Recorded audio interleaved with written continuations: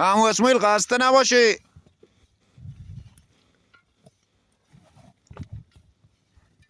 داری چیکار میکنی؟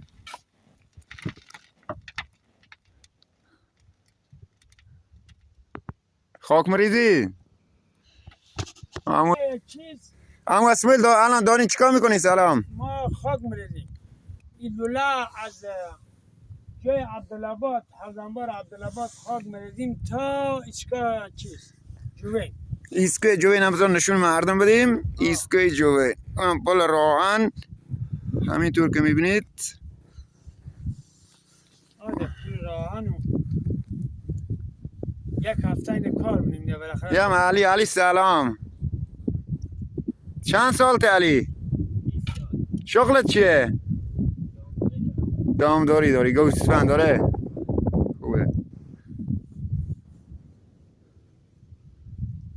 عبدالله کجا؟ عمو اسماعیل عبدالله آره. عبدالله رفتن لوله بار کنه با تراکتور و اینا. رفتن تراکتور رو بردن بارو نیسون کنن لوله بندیم که ما از جوشتن و ما خاک بریزیم. تو قسمت دیگه جوش دادن هم فیلم بگیری. آده جوش کنیم